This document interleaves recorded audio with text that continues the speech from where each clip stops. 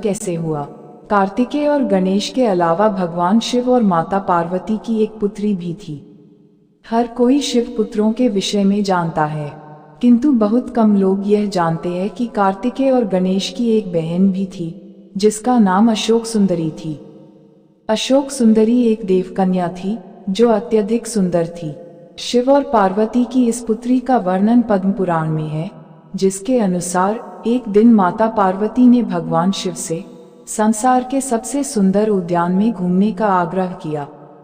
अपनी पत्नी की इच्छा पूर्ति के लिए भगवान शिव उन्हें नंदनवन ले गए, जहां माता पार्वती को कल्पवृक्ष नामक एक पेड़ से लगाव हो गया। कल्पवृक्ष मनोकामनाएं पूर्ण करने वाला वृक्ष था, अतः माता उसे अपने साथ कैलाश ले आई और अपने उद्यान में स्थापित किया। एक दिन माता अकेले ही अपने उद्यान में सैर कर रही थी, क्योंकि भगवान भोलेनाथ अपने ध्यान में लीन थे।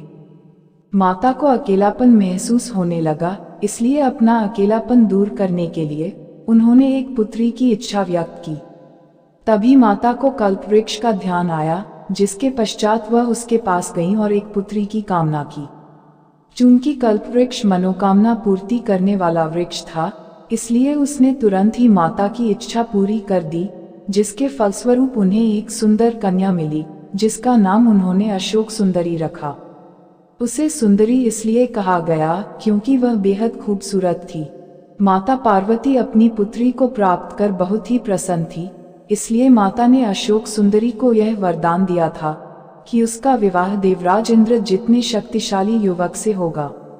ऐसा माना जाता है कि अशोक सुंदरी का विवाह चंद्रवंशीय ययाति के पौत्र नहुष के साथ होना तय था। एक बार अशोक सुंदरी अपनी सखियों के संग नंदनवन में विचरण कर रही थीं, तभी वहां हुंड नामक एक राक्षस आया।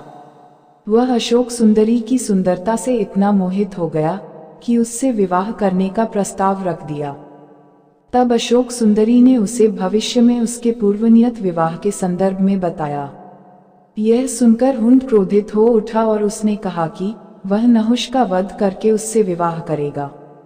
राक्षस की दृढ़ता देखकर अशोक सुंदरी ने उसे श्राप दिया कि उसकी मृत्यु उसके पति के हाथों ही होगी। तब उस दुष्ट राक्षस ने नहुष को ढूंढ निकाला और उसका अपहरण कर लिया। जिस समय हुंड ने नहुष को अपहरण किया था, उस वक्त वह बालक थे। राक्षस की एक दासी ने किसी तरह राजकुमार को बचाया और ऋषि विशिष्ट के आश्रम ले आई, जहां उनका पालन पोषण हुआ। जब राजकुमार बड़े हुए तब उन्होंने हुंड का वध कर दिया, जिसके पश्चात माता पार्वती और भोलेनाथ के आशीर्वाद से उनका विवाह अशोक सुंदरी के साथ संपन्न हुआ। बाद में अशोक सुंदरी को ययाति जैसा वीरपुत्र और 100 रूपवती कन्याओं की प्राप्ति हुई। ययाति भारत के चक्रवर्ती सम्राटों में से एक थे और उन्हीं के 5 पुत्रों ने संपूर्ण भारत पर राज किया था। उनके 5 पुत्रों का नाम था पुरु, यदु, तुर्वस, अनु और द्रुहु। इन्हें वेदों में पंचनंद कहा गया है।